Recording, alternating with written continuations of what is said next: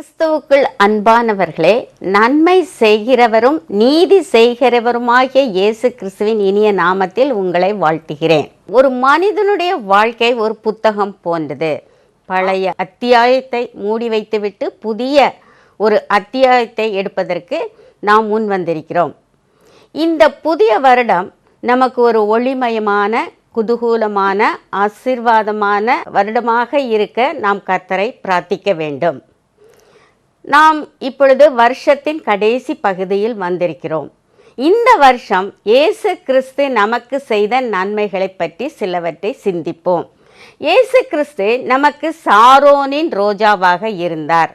சாரோனின் ரோஜா என்று கூறப்படும் பொழுது அது அன்பையும் ஆரோக்கியத்தையும் குறிக்கக்கூடியதாக இருக்கிறது. It is a symbolic representation of love and healing power of our Lord Jesus Christ.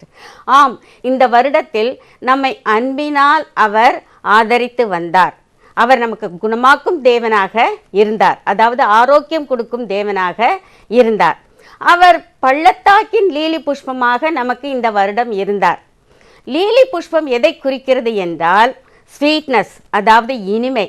இயேசு கிறிஸ்து நமக்கு இனியவராக இருந்தார், ஆத்ம நண்பராக இருந்தார், நம்முடைய நேசராக இருந்தார். அவர் கிச்சிலி மரமாக இந்த வருடம் நம்மோடு கூட இருந்தார். அந்த மரத்தின் கீழ் நாம் இளைப்பாரி நாம் தங்கி இருந்தோம்.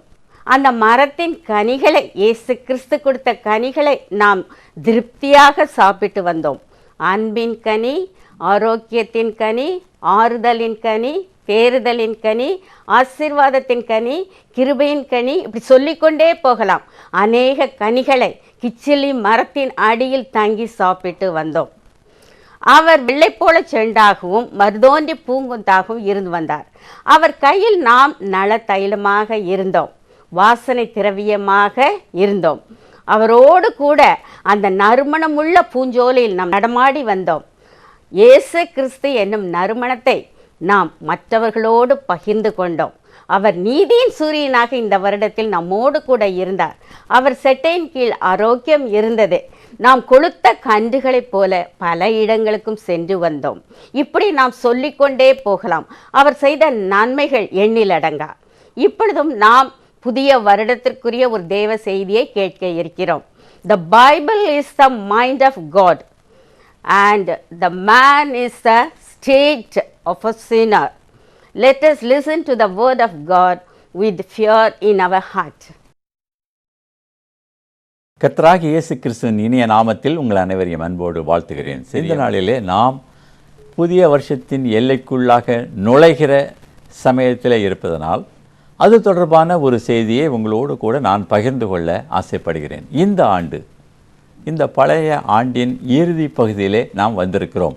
இப்பொழுதுதான் இந்த ஆண்டை ஆரம்பித்தது போல் இருக்கிறது. இப்பொழுதுதான் நியூ இயர் சர்வீஸுக்கு சென்றது போல் இருக்கிறது.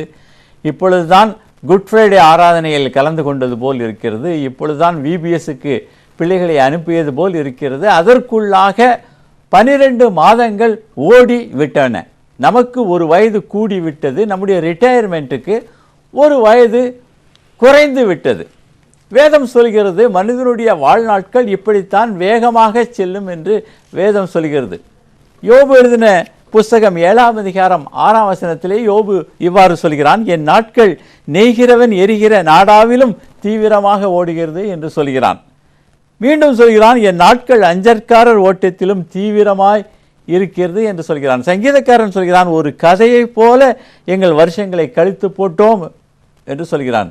யாக்கோபு சொல்கிறார், கொஞ்ச காலம் தோன்றி பின்பு தோன்றாமல் போகிற புகையை போல் மனிதனுடைய வாழ்க்கை இருக்கிறது என்று சொல்கிறார். இந்த ஆண்டும் தீவிரமாக, வேகமாக, அஞ்சற்காரர் ஓட்டம் போல, கதை போல, நிழல் போல, நித்திரை போல ஒரு கண்ணிமை பொழுதிலே கடந்து சென்று விட்டது. தேவானந்த் என்று சொல்லக்கூடிய ஒரு சினிமா நடிகர் இருந்தார். அவர் ஹிந்தி திரையுலகத்திலே 50 ஆண்டுகள் சாதனை புரிந்தார் என்பதற்காக அவருக்கு ஒரு பாராட்டு விழா வைத்திருந்தார்கள். அந்த பாராட்டு விழாவின் முடிவிலே அநேகர் அவரை பார்த்து கேட்டார்கள், எப்படி ஐயா இந்த 50 ஆண்டுகள் இந்த திரையுலகிலே நீங்கள் சாதனை புரிய முடிந்தது என்று கேட்டார்கள். அப்பொழுது அவர் சொன்னார், இந்த 50 ஆண்டுகளும் ஒரு நொடிப்பொழுதில் ஓடிவிட்டது என்று சொன்னார். இந்த 50 ஆண்டுகளும் ஒரு நொடி பொழுதில் ஓடிவிட்டது என்று சொன்னார். அருமையான தேவனுடைய பிள்ளைகளை, இந்த ஆண்டும் ஒரு நொடி பொழுதிலே ஓடிவிட்டது. நாட்கள், வாரங்கள், மாதங்கள் செல்வதே தெரியவில்லை.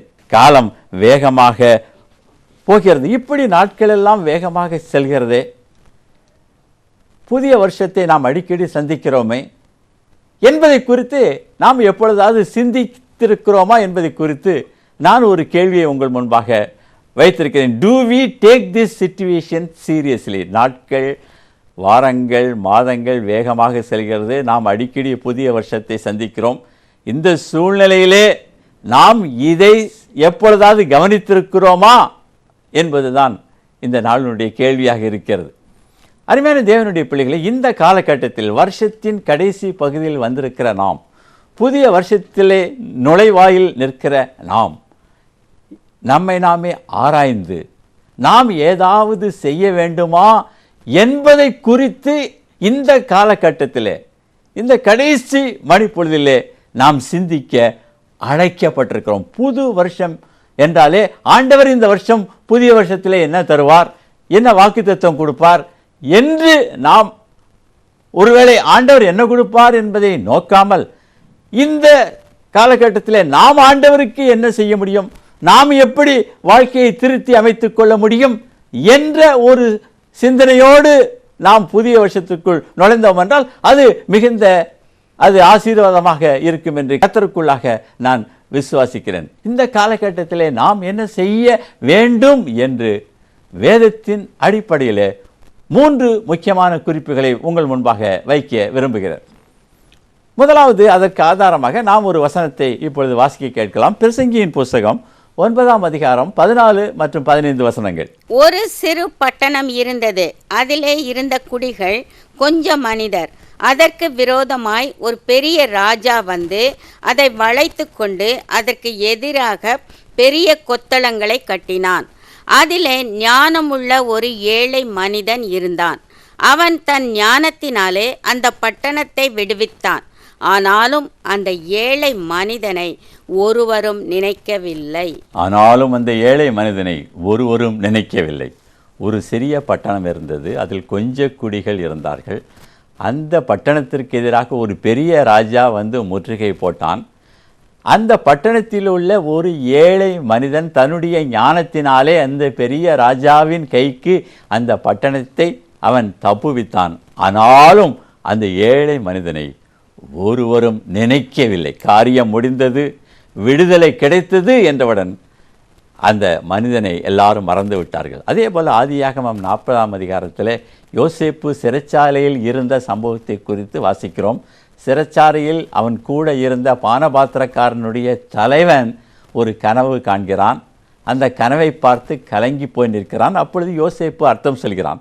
நீ 3 நாளைக்குள்ளாக விடுதலையாவாய், மீண்டும் உன்னுடைய பழைய பதவியிலே நியமிக்கப்படுவாய், ராஜாவுக்கு நீ பானபாத்திரக்காரனாக மீண்டும் பணிபுரிவாய் என்று சொல்லிவிட்டு அவன் சொன்னான், நீ விடுதலையாகி வெளியே சென்று நீ சுகமாக இருக்கும் பொழுது என்னை நினைத்து இங்கிருந்து நான் விடுதலையாகும்படி வழி செய், ஏனென்றால் நான் ஒரு குற்றமும் செய்யவில்லை, எபிரேய நாட்டிலிருந்து களவாய் நான் கொண்டு வரப்பட்டேன் என்று சொல்லி அனுப்புகிறான். அவன் யோசேப்பு சொன்னபடியே அந்த காரியங்களெல்லாம் நடைபெற்றது. ஆனாலும் இந்த பானபாத்திரக்காரன் அவனை மறந்து போய்விட்டான். அவனை மறந்து போய்விட்டான். இவர்களெல்லாம் ஆசீர்வாதம், நன்மை, விடுதலை பெற்றார்கள். ஆனால் ஆசீர்வாதத்திற்கு காரணமாக இருந்தவர்கள் இவர்கள் மறந்து விட்டார்கள். மீண்டும் சொல்கிறேன், இவர்கள் ஆசீர்வாதம், விடுதலை எல்லாம் பெற்றார்கள். ஆனால் ஆசீர்வாதத்திற்கு காரணமாக இருந்தவர்களை மறந்து விட்டார்கள். இவைகளை வாசிக்கும் போது நமக்கு கொஞ்சம் கோபம் வருகிறது. ஓ, இப்படியுமா மனுஷர்கள் இருப்பார்கள், இப்படியா மறந்து போவார்கள், நன்றி சொல்லக்கூடவா மறந்து போவார்கள் என்று இவர்களுடைய சரிதையை வாசிக்கும் பொழுதே நமக்கு கோபம் வருகிறது. அருமையான தேவனுடைய பிள்ளைகளே, நாமும் அநேக நேரத்தில் அப்படித்தான் இருக்கிறோம். ஆண்டவரிடம் ஆசீர்வாதங்களை கேட்டு பெற்றுக்கொள்கிறோம். அவர் அருளி செய்கிறார், அதை நாம் அனுபவிக்கிறோம். அதை தவிர நாம் கேட்காத அநேக நன்மைகளை கொடுக்கிறார். நாம் எதிர்பாராத ஆசீர்வாதங்களை கொடுக்கிறார். நாம் ஆச்சரியப்படத்தக்க அநேக காரியங்களை அவர் செய்கிறார். இந்த ஆண்டும் செய்தார். இப்பொழுது வருஷத்தின் கடைசி பகுதியில் வந்திருக்கிறோமே, இந்த ஆண்டிலும் அவர் அநேக நன்மைகளை செய்தார். ஜீவன், பலன், சுகம், பாதுகாப்பு எல்லாவற்றையும் கொடுத்தார். எல்லாவற்றையும் சந்தோஷமாக நாம் அனுபவிக்கிறோம், மகிழ்ச்சி கொண்டாடுகிறோம். ஆனாலும் ஆசீர்வாதத்தை கொடுத்த ஆண்டவரை மறந்து போகிறோம். ஆசீர்வாதத்தை கொடுத்த ஆண்டவரை மறந்து போகிறோம். அருமையான தேவனுடைய பிள்ளைகளே, இங்கு நான் ஒரு காரியத்தை குறிப்பிட்டு சொல்ல விரும்புகிறேன். நன்மையான எந்த ஈவும் பூரணமான எந்த வரமும் பரத்திலிருந்து இறங்கி ஜோதிகளின் பிதாக்களிடத்திலிருந்து வருகிறது. நாம் நிர்மூலம் ஆகாமல் இருப்பதே அவருடைய கிருபையாக இருக்கிறது. அவருடைய இரக்கங்களுக்கு முடிவில்லை. ஐஸ்வர்யமும் கனமும் அவரால் வருகிறது. எல்லா ஆசீர்வாதத்திற்கும் அவர்தான் காரணர். கர்த்தராகிய ஆண்டவர்தான் காரணம்.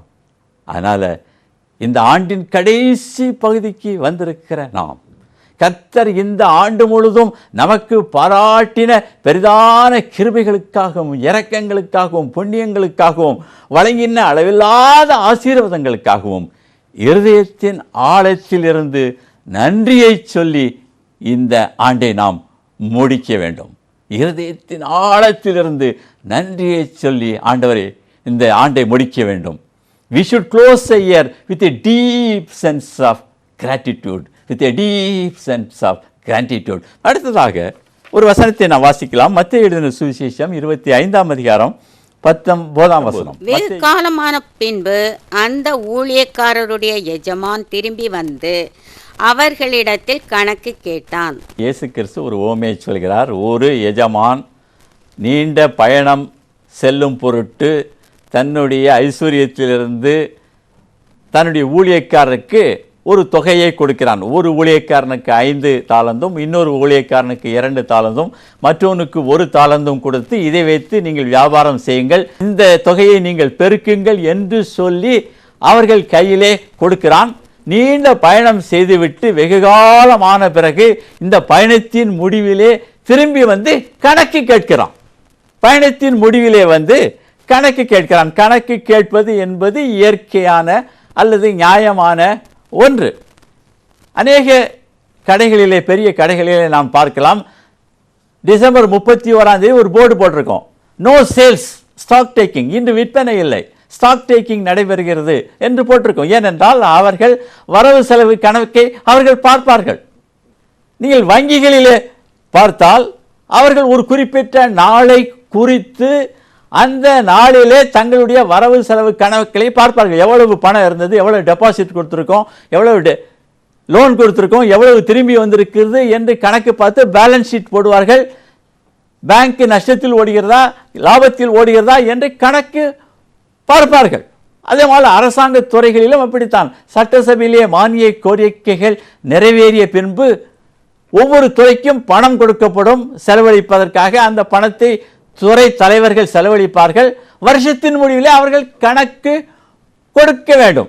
வருஷத்தின் முடிவில் அவர்கள் கணக்கு கொடுக்கணும். சில பொறுப்புகள் சிலரிடம் கொடுக்கப்படுகிறது.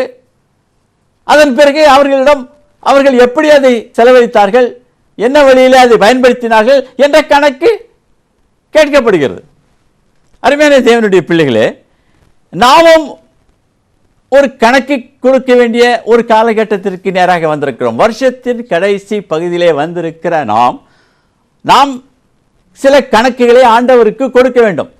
ஆண்டவர் கொடுத்த சுகம், பலன், ஜீவன், பாதுகாப்பு, அவர் கொடுத்த ஆசீர்வாதங்கள், அவர் கொடுத்த ஓய்வு நேரம், அவர் கொடுத்த தாளந்துகள், திறமைகளை நாம் எவ்வாறு இந்த ஆண்டு பயன்படுத்தினோம் என்பதை குறித்த கணக்கை ஆண்டவருக்கு நாம் கொடுக்க வேண்டும்.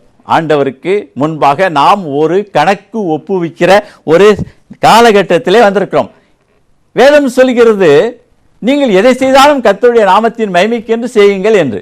அதனால ஆண்டவர் கொடுத்த ஆசீர்வாதங்களையும் செல்வங்களையும், அவர் கொடுத்த ஓய்வு நேரத்தையும் திறமைகளையும் தாளந்துகளையும் ஆண்டவருடைய நாமத்தின் மகிமைக்கு பயன்படுத்தினோமா, அல்லது நம்முடைய சுயநலத்துக்கு பயன்படுத்தினோமா, அல்லது பொழுதுபோக்குக்காக பயன்படுத்தினோமா, அல்லது ஏதோ ஒரு காரணமில்லாமல் பயன்படுத்தினோமா என்ற ஒரு கணக்கை ஒப்புவிக்க வேண்டிய ஒரு காலகட்டத்திலே நாம் வந்திருக்கிறோம்.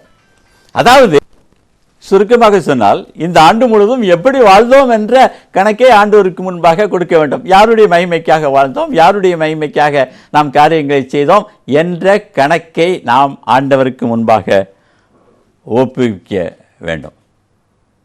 சமீபத்தில் ஒரு ஐயா பார்த்து ஒரு கேள்வி கேட்டேன். சில ஆண்டுகளுக்கு முன்பாக அவரை பார்த்து கேட்டேன், ஐயா இந்த ஆண்டை எப்படி கழித்தீர்கள் என்று வருஷத்தின் முடிவில் கேட்டேன். அவர் சொன்னார், இந்த ஆண்டு எலெக்ஷன் வந்ததுயா, 4 மாதம் எலெக்ஷன் நியூஸ் வந்தது, அநேக கட்சிகளை பற்றி எல்லா நியூஸ் வந்து கொண்டிருந்தது, அதை வாசித்தேன். முதல் 4 மாதம் அப்படி போச்சு. அதுக்கப்புறம் ஐபிஎல்னு ஒரு கிரிக்கெட்டை T20 என்ற கிரிக்கெட் மூலமாக அவர்கள் அதை அறிமுகப்படுத்தினார்கள். அது ஒரு 4 மாதம் ஓடிச்சு. அதுக்கப்புறம் டிவியில் நிறைய சீரியல்லாம் போட்டான், அதெல்லாம் பார்த்துக்கிட்டு இருந்தேன். வருஷம்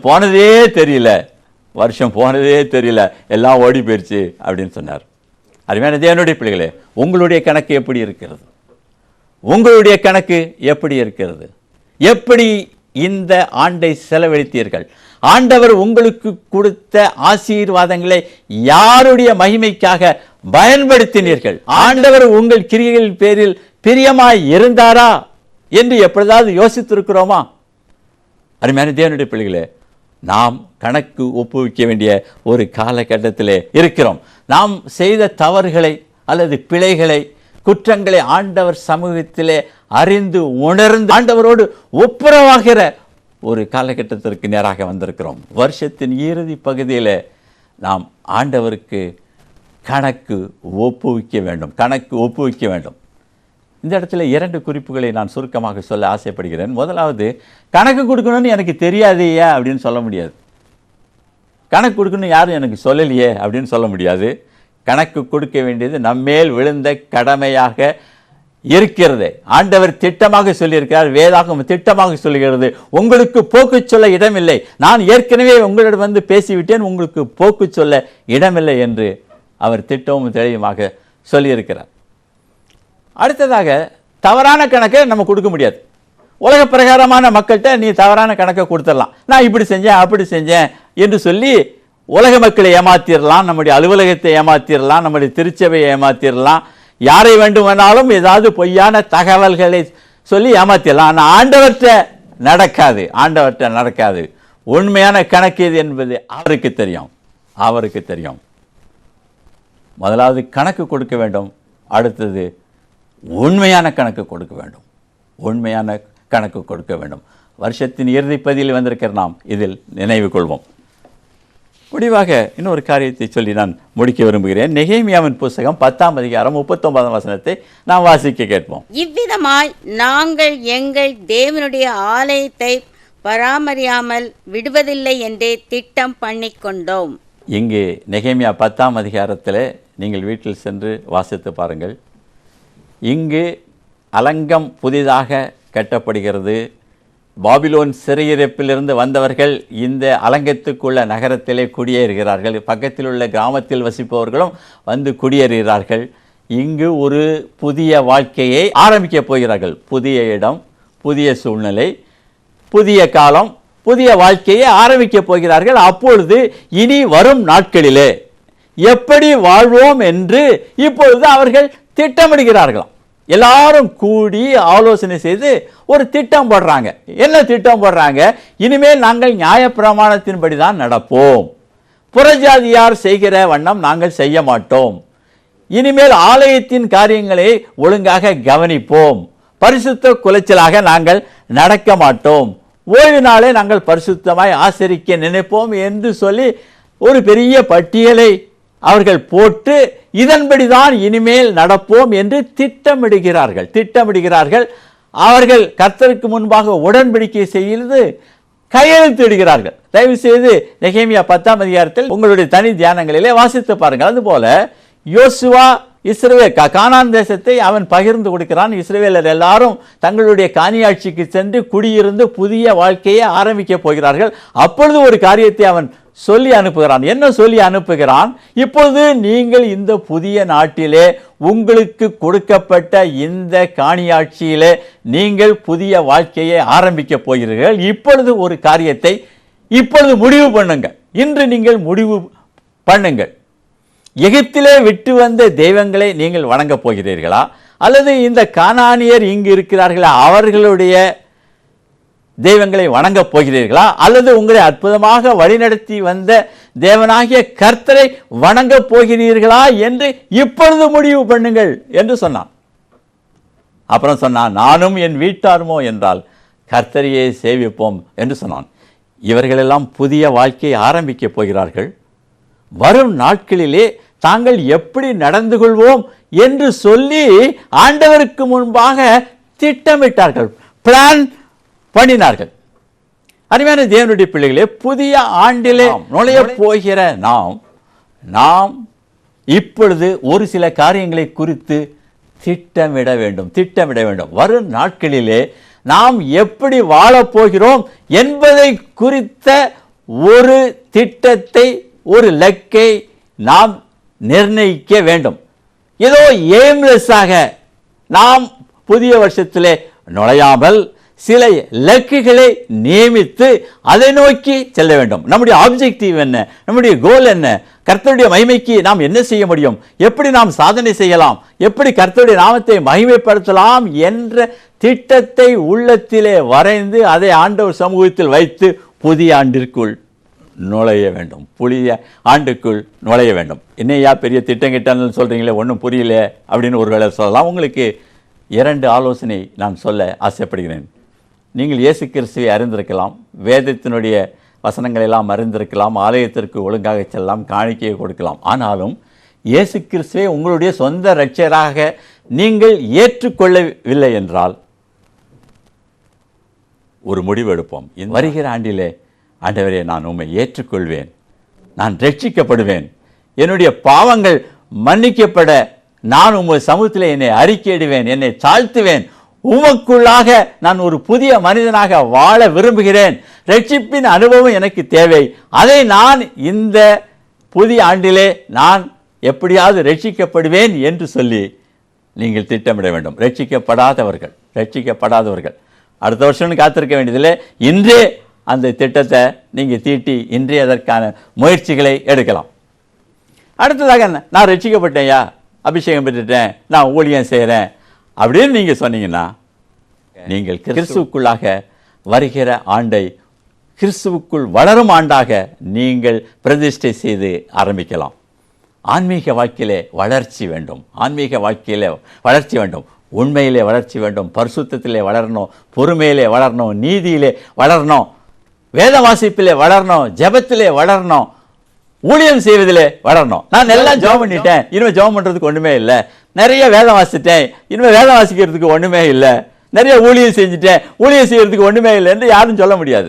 இதற்கெல்லாம் ஒரு எல்லையே கிடையாது. அதனால் வருகிற ஆண்டு கிறிஸ்துவுக்குள்ளாக வளரும் ஆண்டாக நாம் பிரதிஷ்டை செய்து கிறிஸ்துவுக்குள்ளாக வளர வேண்டும். எந்த ஒரு மனுஷனும் கிறிஸ்துவுக்குள்ளாக வளரவில்லை என்றால் அவன் நிச்சயமாக பின்வாங்கி போவான். நான் ஒரே இடத்துல நிற்கிறேன், நான் ரட்சிக்கப்பட்டேன், ஒரே இடத்துல நிற்கிறேன் என்று சொல்ல முடியாது. Either you should march forward or you should go backward. அதனால் நாம் முன்னேறி செல்வோம், கிறிஸ்துவுக்குள்ளாக வளருவோம். அப்பொழுது கர்த்தர் நம்மில் பிரியமாயிருப்பார். 3 காரியங்களை குறித்து சொன்னேன். புதிய வருஷத்தில் நுழையவிருக்கிற நாம் செய்ய வேண்டிய காரியங்கள் இதுதான். முதலாவது, ஆண்டவருக்கு நன்றி செலுத்துவோம். 2வது, ஆண்டவருக்கு கணக்கு கொடுப்போம். 3வதாக, எப்படி வாழப்போகிறோம் என்பதை இப்பொழுது திட்டமிட்டு ஆண்டவர் சமூகத்தில் பிரதிஷ்டை செய்து அதன்படி வாழ்வோம். கர்த்தர் தாமே இந்த வார்த்தைகளை ஆசீர்வதிப்பாராக. Dear brothers and sisters in Christ, on behalf of our family members and our ministry, we wish you all a bright, blessed and prosperous new year. தம் கிருபை பெரிதல்லோ எம் ஜீவனிலும் அதே மட்டும் காத்ததுவே இன்னும் தேவை கிருபை தாருமே இன்னும் தேவை கிருபை தாருமே